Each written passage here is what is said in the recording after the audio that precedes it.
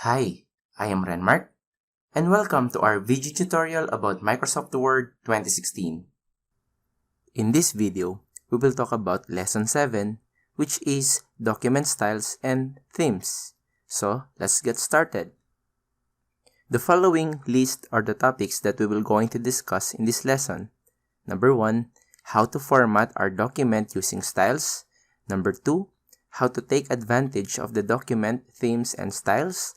And number 3, restructuring the document using the navigation pane. So let's dive in. So the first demonstration is about how to format our document using styles.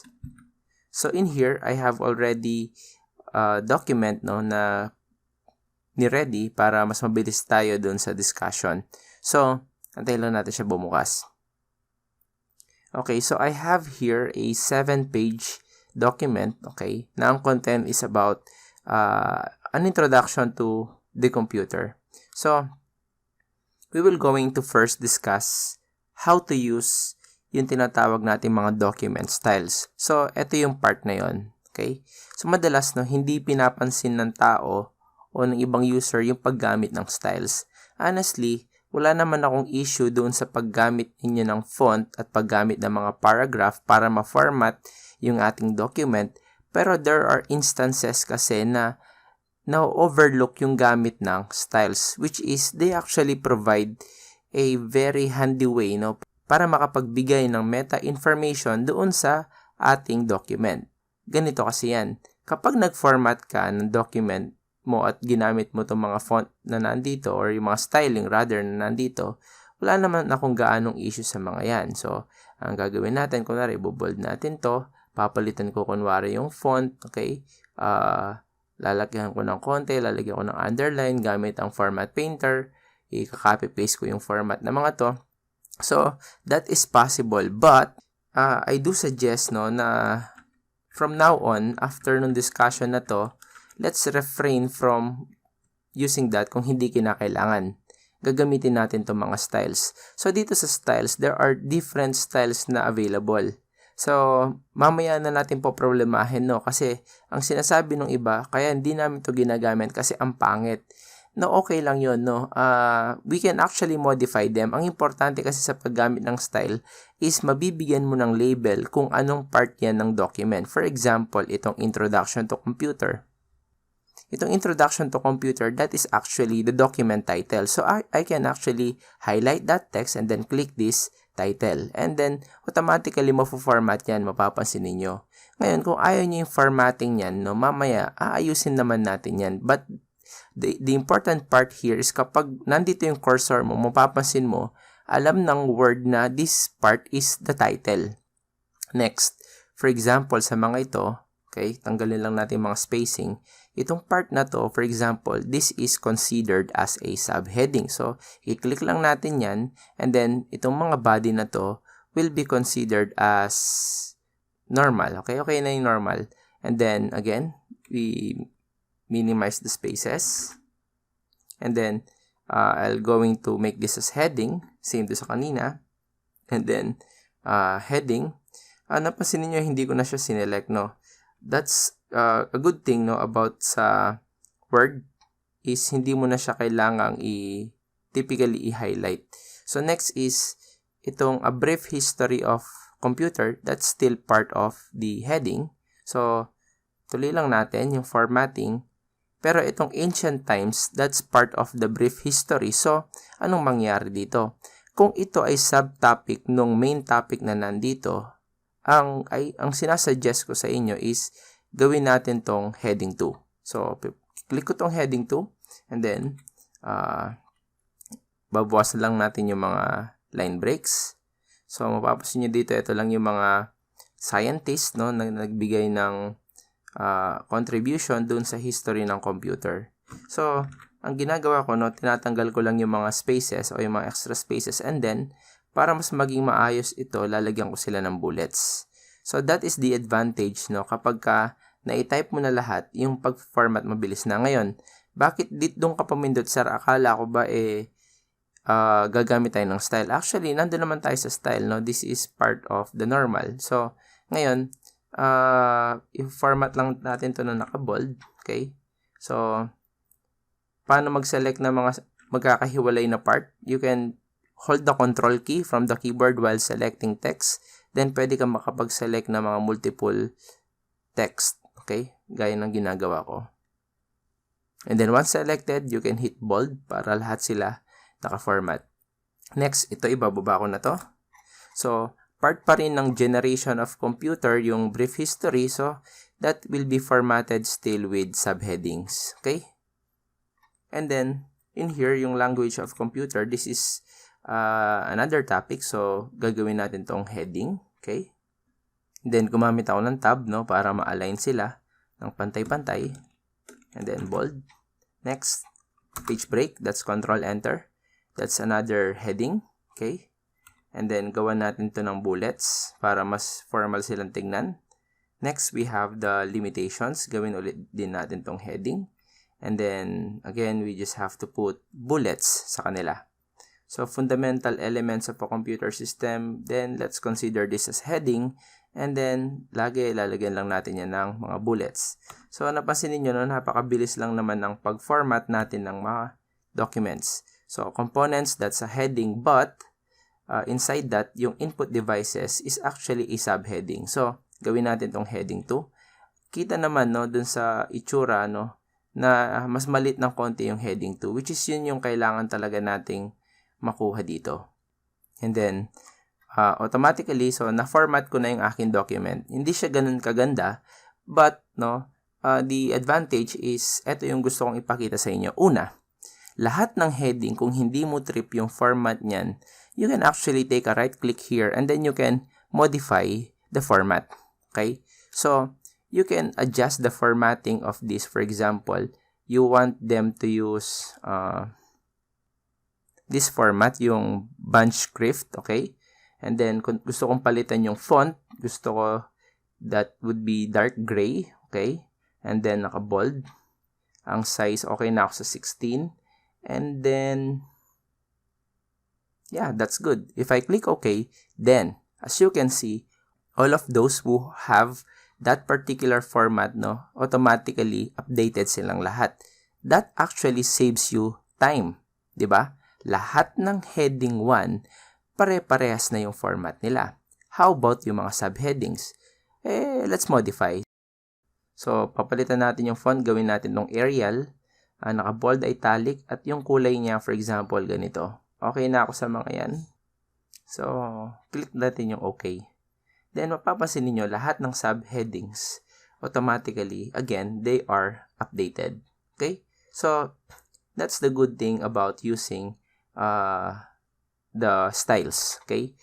Isang beses ka lang magpo-format and then automatically, kapag nag-update ka ng format, lahat ng may gantong format sa document mo, lahat yan sasabay.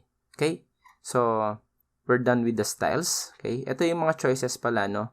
We have the normal, madalas ito yung ginagamit natin for the content.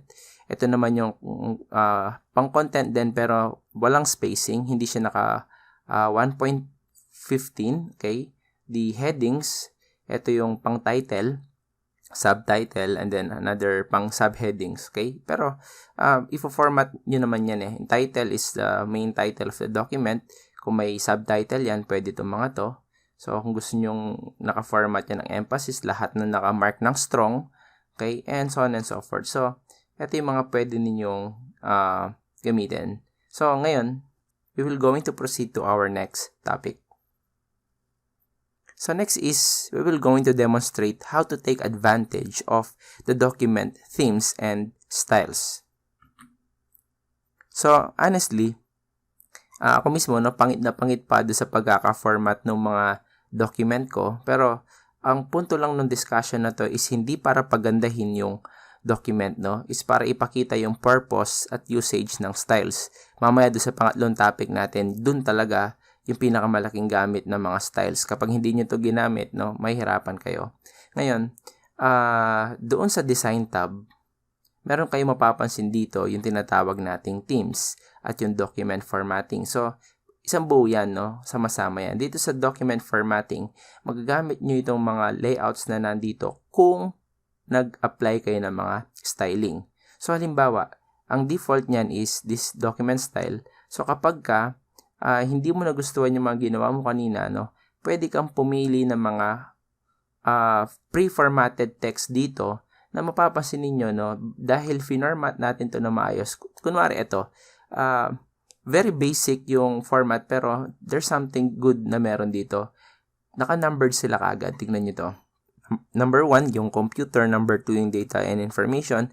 And so on. Ngayon, tignan nyo to. Mapapansin ninyo, no, yung makikita nyo yung 4.1. It's a sub-item nung nasa taas. Diba? It saves you a lot of time, no?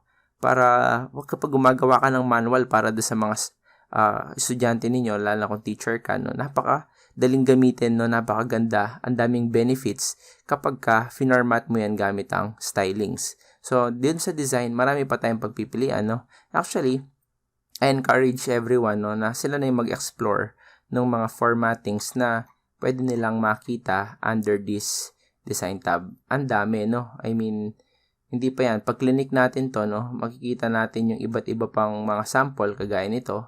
Okay? So, what else? Ayan. Ngayon, gusto ko lang ipakita sa inyo yung gamit ng themes. So, halimbawa, piliin natin to para mas kita ninyo yung changes, no, dun sa themes. So, ngayon, dun sa themes, pwede tayong pumili ng kulay. Halimbawa, ayaw mo yung blue, okay? May mga choices ka dito. Yan, no? Pati font, no, automatically, that will be updated. Depende dun sa kung ano yung napili ninyo. Depende yan dun sa design, no? Eto, medyo cute na itong tingnan. Para sa akin, no? Ayos na to. Bilis ng format. Hindi ko kailangang magpagod. So, syempre, pag pinalitan natin yung format, no? Depende dun sa kung ano yung format natin, yun yung magiging itsura ng ating themes. Balik natin dito. Ayan. So, nagbabago yung mga font na pwedeng mapagpilian. Pero wala kasi itong kulay, no? Kaya hindi nagbabago yung kulay. Nagpakita ko sa inyo kanina ng sample na merong kulay na kasama. Kagaya ng mga to. Pag may kulay, automatic naman magbabago eh. Ayan, no? So,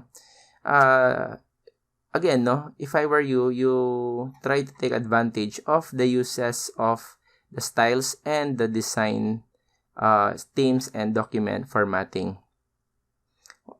Although may mga color codes dito, no, na pwede nyo pang palitan kung hindi nyo trip yun nandito sa themes. Okay?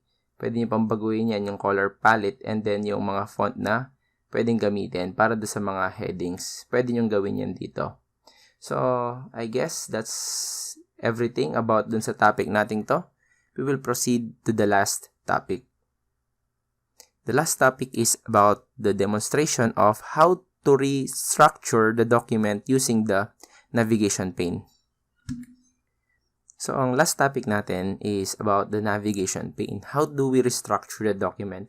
So, if na-encounter nyo na halimbawa, may gusto kang content na ilipat. Kunwari, gusto mo na yung a brief history of computer mula dito, okay, highlight ko para makita nyo, hanggang dito, gusto nyo na ito, okay, ay mapunta dun sa ilalim nung ito sa limitations of computer. So, anong technique na madalas nyo ginagawa? Kagaya ng iniisip ko, i-highlight nyo lahat yung document, yung part ng document na yon. Gaya ng ginagawa ko, ikakat ko yan. Okay? Pagkatapos, ipipaste ko yan doon sa part na gusto ko. Kagaya nun. Okay? So, walang masama doon sa ganun, no? Again, I just want to clarify. There's nothing wrong with that. But, kapag sobrang haba na ng document na tinitignan mo, at ang hirap i-shuffle or i-rearrange yung parts ng document kasi nang minsan mapagtatanto mo dapat pala mauuna to, tapos eto yung pangalawa, pangatlo, and so on. That will be a very tedious job, no, to do manually. So, doon pumapasok yung gamit ng navigation pane. So, para magamit natin yan, pupunta tayo sa view and then navigation pane. Disclaimer, no? I-click ko yan para lumitaw yun ng navigation pane.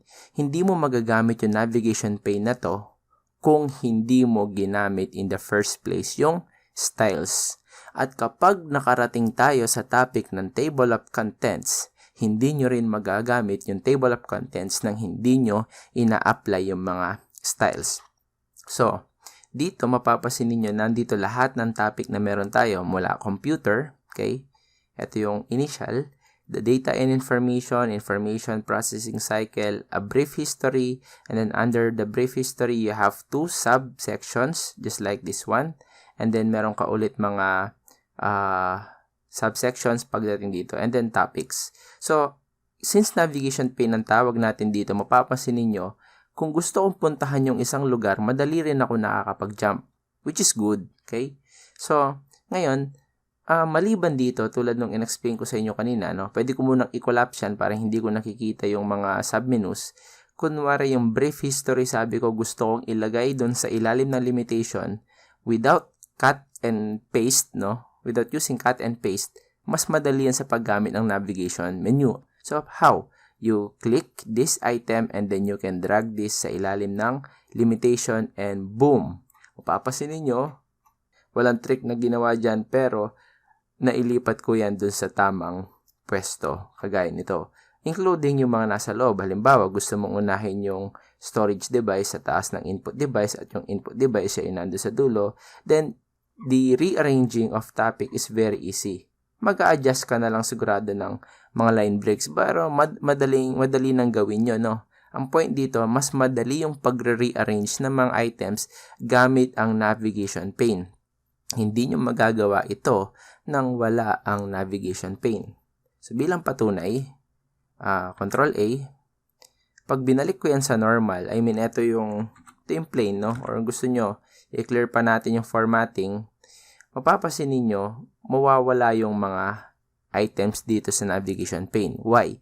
Because the contents are not labeled dun sa kung anong specific sections or use nila. So again, no, that's the lesson here. It all boils down to sa gamitin ninyo itong mga styling kahit doon sa part lang ng ating mga headings at saka subheadings. Pagdating naman kasi doon sa body, no, kung napapangitan pa rin kayo sa body, again, you can always modify yung format. Okay, you just have to explore yung gamit ito. Kung ano naman yung mga nandito, yun din naman yung mga options na makikita nyo doon sa ribbon.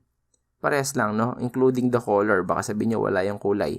Lahat ng formatting na magagawa nyo dito ay magagawa nyo rin dito. So, the good thing is kapag na-format nyo siya, lahat yan sasama. Okay? And that's the end of lesson 7.